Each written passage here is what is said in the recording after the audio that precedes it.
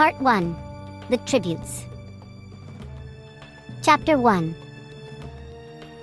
When I wake up, the other side of the bed is cold. My fingers stretch out, seeking Prim's warmth, but finding only the rough canvas cover of the mattress. She must have had bad dreams and climbed in with our mother. Of course she did. This is the day of the reaping. I prop myself up on one elbow. There's enough light in the bedroom to see them. My little sister Prim, curled up on her side, cocooned in my mother's body, their cheeks pressed together. In sleep, my mother looks younger, still worn, but not so beaten down. Prim's face is as fresh as a raindrop, as lovely as the primrose for which she was named. My mother was very beautiful once too, or so they tell me. Sitting at Prim's knees, guarding her, is the world's ugliest cat. Mashed-in nose, half of one ear missing, eyes the color of rotting squash. Prim named her Buttercup, insisting that his muddy yellow coat matched the bright flower. He hates me, or at least distrusts me. Even though it was years ago, I think he still remembers how I tried to drown him in a bucket when Prim brought him home. Scrawny kitten, belly swollen with worms, crawling with fleas. The last thing I needed was another mouth to feed. But Prim begged so hard, cried even, I had to let him stay. It turned out okay. My mother got rid of the vermin, and he's a born mouser. Even catches the occasional rat. Sometimes, when I clean a kill, I feed Buttercup the entrails. He stopped hissing at me. Entrails. No hissing. This is the closest we will ever come to love. I swing my legs off the bed and slide into my hunting boots. Supple leather that is molded to my feet. I pull on trousers, a shirt, tuck my long dark braid up into a cap, and grab my forage bag. On the table, under a wooden bowl, to protect it from hungry rats and cats alike, sits a perfect little goat cheese wrapped in basil leaves. Prim's gift to me on reaping day. I put the cheese carefully in my pocket as I slip outside.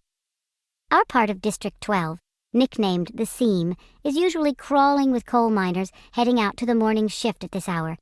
Men and women with hunched shoulders, swollen knuckles, many who have long since stopped trying to scrub the coal dust out of their broken nails, the lines of their sunken faces. But today the black cinder streets are empty. Shutters on the squat gray houses are closed. The reaping isn't until 2. May as well sleep in, if you can. Our house is almost at the edge of the Seam. I only have to pass a few gates to reach the scruffy field called the meadow. Separating the meadow from the woods, in fact, enclosing all of District 12, is a high chain-link fence topped with barbed wire loops. In theory, it's supposed to be electrified 24 hours a day as a deterrent to the predators that live in the woods, packs of wild dogs, lone cougars, bears that used to threaten our streets. But since we're lucky to get 2 or 3 hours of electricity in the evenings, it's usually safe to touch. Even so, I always take a moment to listen carefully for the hum that means the fence is live. Right now, it's silent as a stone. Concealed by a clump of bushes, I flatten out on my belly and slide under a 2-foot stretch that's been loose for years. There are several other weak spots in the fence, but this one is so close to home, I almost always enter the woods here. As soon as I'm in the trees, I retrieve a bow and sheath of arrows from a hollow log. Electrified or not, the fence has been successful at keeping the flesh-eaters out of District 12. Inside the woods, they roam freely, and there are added concerns like venomous snakes, rabid animals, and no real paths to follow. But there's also food if you know how to find it. My father knew, and he taught me some before he was blown to bits in a mine explosion. There was nothing even to bury. I was 11 then. 5 years later, I still wake up screaming for him to run. Even though trespassing in the woods is illegal and poaching carries the severest of penalties, more people would risk it if they had weapons. But most are not bold enough to venture out with just a knife. My bow is a rarity, crafted by my father, along with a few others that I keep well hidden in the woods, carefully wrapped in waterproof covers. My father could have made good money selling them, but if the officials found out, he would have been publicly executed for inciting a rebellion. Most of the peacekeepers turn a blind eye to the few of us who hunt because they're as hungry for fresh meat as anybody is. In fact, they're among our best customers. But the idea that someone might be arming the Seam would never have been allowed. In the fall, a few brave souls sneak into the woods to harvest apples, but always in sight of the meadow, always close enough to run back to the safety of District 12 if trouble arises. District 12, where you can starve to death in safety, I mutter. Then I glance quickly over my shoulder. Even here, even in the middle of nowhere, you worry someone might overhear you. When I was younger, I scared my mother to death, the things I would blurt out about District 12, about the people who rule our country, Panem, from the far-off city called the capital. Eventually, I understood this would only lead us to more trouble. So I learned to hold my tongue and to turn my features into an indifferent mask so that no one could ever read my thoughts. Do my work quietly in school, make only polite small talk in the public market, discuss little more than trades in the hob, which is the black market where I make most of my money. Even at home, where I am less pleasant, I avoid discussing tricky topics, like the reaping, or food shortages, or the Hunger Games. Prim might begin to repeat my words, and then where would we be? In the woods waits the only person with whom I can be myself, Gale.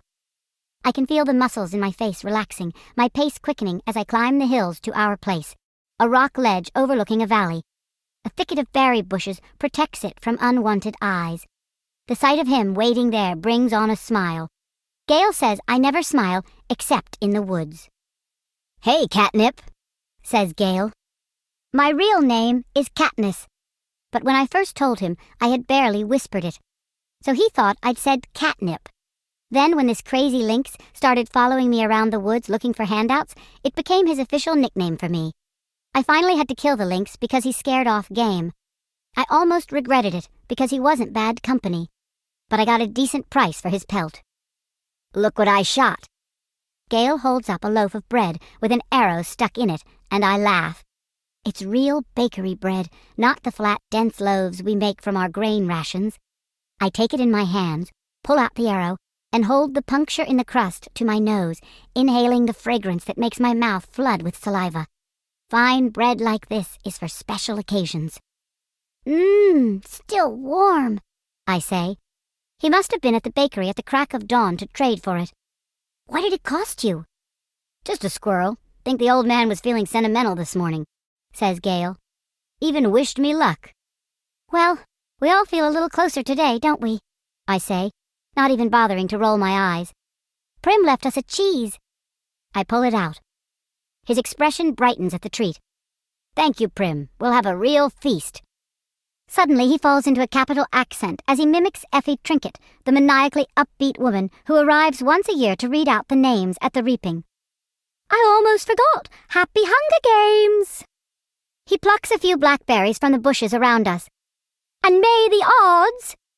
He tosses a berry in a high arc toward me. I catch it in my mouth and break the delicate skin with my teeth. The sweet tartness explodes across my tongue.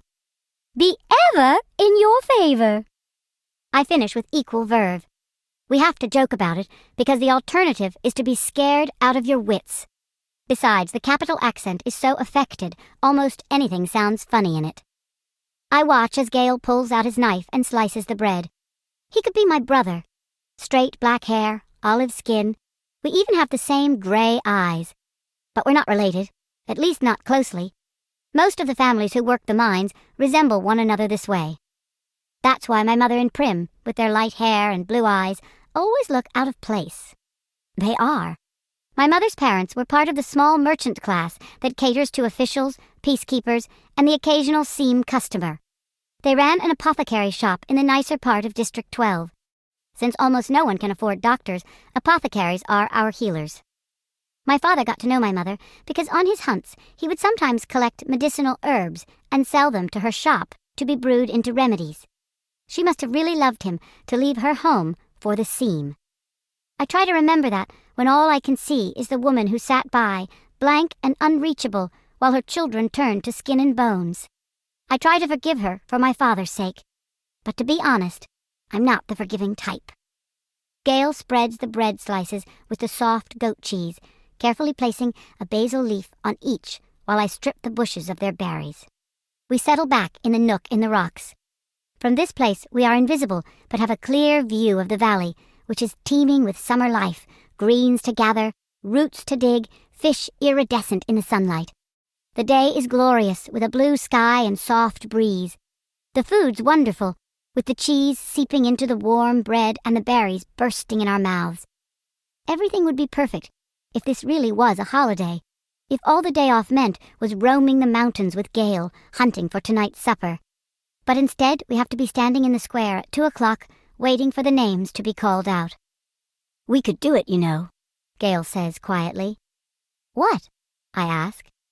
"Leave the district, run off, live in the woods, you and I, we could make it," says Gale. I don't know how to respond. The idea is so preposterous. "If we didn't have so many kids," he adds quickly. They're not our kids, of course, but they might as well be. Gale's 2 little brothers and a sister. Prim. And you may as well throw in our mothers, too, because how would they live without us? Who would fill those mouths that are always asking for more? With both of us hunting daily, there are still nights when game has to be swapped for lard or shoelaces or wool. Still nights when we go to bed with our stomachs growling. "I never want to have kids," I say. "I might, if I didn't live here," says Gale. "But you do," I say, irritated. "Forget it," he snaps back. The conversation feels all wrong. Leave? How could I leave Prim, who is the only person in the world I'm certain I love? And Gale is devoted to his family. We can't leave, so why bother talking about it? And even if we did, where did this stuff about having kids come from? There's never been anything romantic between Gale and me. When we met, I was a skinny 12-year-old, and although he was only 2 years older, he already looked like a man. It took a long time for us to even become friends, to stop haggling over every trade, and begin helping each other out. Besides, if he wants kids, Gale won't have any trouble finding a wife. He's good-looking, he's strong enough to handle the work in the mines, and he can hunt. You can tell by the way the girls whisper about him when he walks by in school that they want him. It makes me jealous, but not for the reason people would think. Good hunting partners are hard to find. "What do you want to do?" I ask. "We can hunt, fish, or gather." "Let's fish at the lake. We can leave our poles and gather in the woods. Get something nice for tonight," he says. Tonight. After the reaping, everyone is supposed to celebrate. And a lot of people do, out of relief that their children have been spared for another year. But at least 2 families will pull their shutters, lock their doors, and try to figure out how they will survive the painful weeks to come. We make out well. The predators ignore us on a day when easier, tastier prey abounds. By late morning, we have a dozen fish, a bag of greens, and best of all, a gallon of strawberries. I found the patch a few years ago, but Gale had the idea to string mesh nets around it to keep out the animals. On the way home, we swing by the Hob, the black market that operates in an abandoned warehouse that once held coal. When they came up with a more efficient system that transported the coal directly from the mines to the trains, the Hob gradually took over the space. Most businesses are closed by this time on reaping day, but the black market's still fairly busy. We easily trade 6 of the fish for good bread, the other 2 for salt. Greasy Say, the bony old woman who sells bowls of hot soup from a large kettle, takes half the greens off our hands in exchange for a couple of chunks of paraffin. We might do a tad better elsewhere, but we make an effort to keep on good terms with Greasy Say. She's the only one who can consistently be counted on to buy wild dog. We don't hunt them on purpose, but if you're attacked and you take out a dog or 2, well, meat is meat. "Once it's in the soup, I'll call it beef," Greasy Say says with a wink. No one in the scene would turn up their noses at a good leg of wild dog, but the peacekeepers who come to the Hob can afford to be a little choosier. When we finish our business at the market, we go to the back door of the mayor's house to sell half the strawberries, knowing he has a particular fondness for them and can afford our price. The mayor's daughter, Madge, opens the door. She's in my year at school. Being the mayor's daughter, you'd expect her to be a snob, but she's all right. She just keeps to herself, like me. Since neither of us really has a group of friends, we seem to end up together a lot at school, eating lunch, sitting next to each other at assemblies, partnering for sports activities. We rarely talk, which suits us both just fine. Today her drab school outfit has been replaced by an expensive white dress, and her blonde hair is done up with a pink ribbon. Reaping clothes. "Pretty dress," says Gale. Madge shoots him a look, trying to see if it's a genuine compliment or if he's just being ironic. It is a pretty dress, but she would never be wearing it ordinarily. She presses her lips together and then smiles. "Well, if I end up going to the Capitol, I want to look nice, don't I?"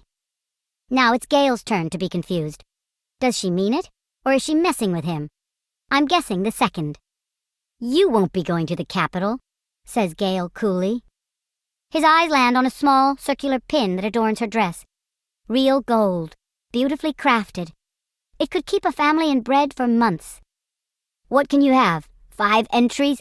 I had 6 when I was just 12 years old. That's not her fault, I say. No, it's no one's fault, just the way it is, says Gale. Madge's face has become closed off. She puts the money for the berries in my hand. Good luck, Katniss. You too, I say, and the door closes. We walk toward the seam in silence. I don't like that Gale took a dig at Madge, but he's right, of course. The reaping system is unfair, with the poor getting the worst of it. You become eligible for the reaping the day you turn 12. That year, your name is entered once. At 13, twice. And so on, until you reach the age of 18, the final year of eligibility, when your name goes into the pool 7 times. That's true for every citizen in all 12 districts in the entire country of Panem. But here's the catch. Say you are poor and starving, as we were. You can opt to add your name more times in exchange for tesserae. Each tessera is worth a meager year's supply of grain and oil for one person. You may do this for each of your family members as well. So, at the age of 12, I had my name entered 4 times. Once because I had to, and 3 times for tesserae for grain and oil for myself, Prim, and my mother. In fact, every year I have needed to do this, and the entries are cumulative. So now, at the age of 16, my name will be in the reaping 20 times. Gale, who is 18 and has been either helping or single-handedly feeding a family of 5 for 7 years, will have his name in 42 times. You can see why someone like Madge, who has never been at risk of needing a tessera, can set him off. The chance of her name being drawn is very slim compared to those of us who live in the seam. Not impossible, but slim. And even though the rules were set up by the capital, not the districts, certainly not Madge's family, it's hard not to resent those who don't have to sign up for tesserae. Gale knows his anger at Madge is misdirected. On other days, deep in the woods, I've listened to him rant about how the tesserae are just another tool to cause misery in our district. A way to plant hatred between the starving workers of the seam and those who can generally count on supper and thereby ensure we will never trust one another. It's to the capital's advantage to have us divided among ourselves, he might say, if there were no ears to hear but mine. If it wasn't reaping day. If a girl with a gold pin and no tesserae had not made what I'm sure she thought was a harmless comment. As we walk, I glance over at Gale's face, still smoldering underneath his stony expression. His rages seem pointless to me, although I never say so. It's not that I don't agree with him, I do. But what good is yelling about the capital in the middle of the woods? It doesn't change anything. It doesn't make things fair. It doesn't fill our stomachs. In fact, it scares off the nearby game. I let him yell, though. Better he does it in the woods than in the district. Gale and I divide our spoils, leaving 2 fish, a couple of loaves of good bread, greens, a quart of strawberries, salt, paraffin, and a bit of money for each. See you in the square, I say. Wear something pretty, he says flatly. At home, I find my mother and sister are ready to go. My mother wears a fine dress from her apothecary days. Prim is in my first reaping outfit, a skirt and ruffled blouse. It's a bit big on her, but my mother has made it stay with pins. Even so, she's having trouble keeping the blouse tucked in at the back. A tub of warm water waits for me. I scrub off the dirt and sweat from the woods and even wash my hair. To my surprise, my mother has laid out one of her own lovely dresses for me. A soft blue thing with matching shoes. Are you sure? I ask. I'm trying to get past rejecting offers of help from her. For a while, I was so angry. I wouldn't allow her to do anything for me. And this is something special.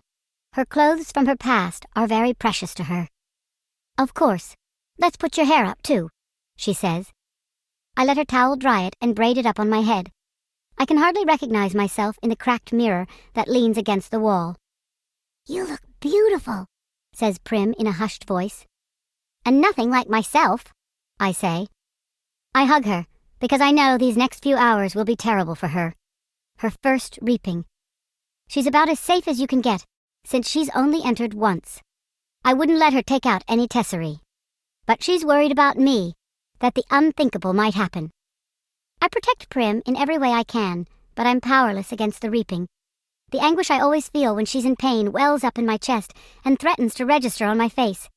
I noticed her blouse has pulled out of her skirt in the back and force myself to stay calm. "Tuck your tail in, little duck," I say, smoothing the blouse back in place. Prim giggles and gives me a small quack.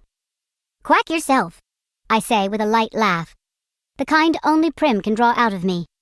"Come on, let's eat," I say, and plant a quick kiss on the top of her head. The fish and greens are already cooking in a stew, but that will be for supper. We decide to save the strawberries and bakery bread for this evening's meal. To make it special, we say.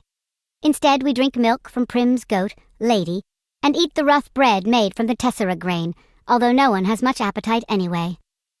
At 1 o'clock, we head for the square. Attendance is mandatory, unless you are on death's door. This evening, officials will come around and check to see if this is the case. If not, you'll be imprisoned. It's too bad, really, that they hold the reaping in the square, one of the few places in District 12 that can be pleasant. The square is surrounded by shops, and on public market days, especially if there's good weather, it has a holiday feel to it. But today, despite the bright banners hanging on the buildings, there's an air of grimness. The camera crews, perched like buzzards on rooftops, only add to the effect. People file in silently and sign in. The reaping is a good opportunity for the capital to keep tabs on the population as well. 12 through 18-year-olds are herded into roped areas marked off by ages, the oldest in the front, the young ones like Prim toward the back. Family members line up around the perimeter, holding tightly to one another's hands. But there are others, too, who have no one they love at stake, or who no longer care, who slip among the crowd, taking bets on the 2 kids whose names will be drawn. Odds are given on their ages, whether they're seam or merchant, if they will break down and weep. Most refuse dealing with the racketeers, but carefully. These same people tend to be informers, and who hasn't broken the law? I could be shot on a daily basis for hunting, but the appetites of those in charge protect me. Not everyone can claim the same. Anyway, Gale and I agree that if we have to choose between dying of hunger and a bullet in the head, the bullet would be much quicker. The space gets tighter, more claustrophobic as people arrive. The square's quite large, but not enough to hold District 12's population of about 8,000. Latecomers are directed to the adjacent streets, where they can watch the events on screens as it's televised live by the state. I find myself standing in a clump of 16s from the seam. We all exchange terse nods, then focus our attention on the temporary stage that is set up before the Justice Building. It holds 3 chairs, a podium, and 2 large glass balls, one for the boys and one for the girls. I stare at the paper slips in the girls' ball. 20 of them have Katniss Everdeen written on them in careful handwriting. 2 of the 3 chairs fill with Madge's father, Mayor Undersea, who's a tall, balding man, and Effie Trinket, District 12's escort, fresh from the capital with her scary white grin, pinkish hair, and spring green suit. They murmur to each other, and then look with concern at the empty seat. Just as the town clock strikes 2, the mayor steps up to the podium and begins to read. It's the same story every year. He tells of the history of Panem, the country that rose up out of the ashes of a place that was once called North America. He lists the disasters, the droughts, the storms, the fires, the encroaching seas that swallowed up so much of the land, the brutal war for what little sustenance remained. The result was Panem, a shining capital ringed by 13 districts, which brought peace and prosperity to its citizens. Then came the dark days, the uprising of the districts against the capital. 12 were defeated, the 13th obliterated. The Treaty of Treason gave us the new laws to guarantee peace, and, as our yearly reminder that the dark days must never be repeated, it gave us the Hunger Games. The rules of the Hunger Games are simple. In punishment for the uprising, each of the 12 districts must provide 1 girl and 1 boy, called tributes, to participate. The 24 tributes will be imprisoned in a vast outdoor arena that could hold anything from a burning desert to a frozen wasteland. Over a period of several weeks, the competitors must fight to the death. The last tribute standing wins. Taking the kids from our districts, forcing them to kill one another while we watch. This is the capital's way of reminding us how totally we are at their mercy, how little chance we would stand of surviving another rebellion. Whatever words they use, the real message is clear. Look how we take your children and sacrifice them, and there's nothing you can do. If you lift a finger, We will destroy every last one of you, just as we did in District 13. To make it humiliating as well as torturous, the Capitol requires us to treat the Hunger Games as a festivity, a sporting event pitting every district against the others. The last tribute alive receives a life of ease back home, and their district will be showered with prizes largely consisting of food.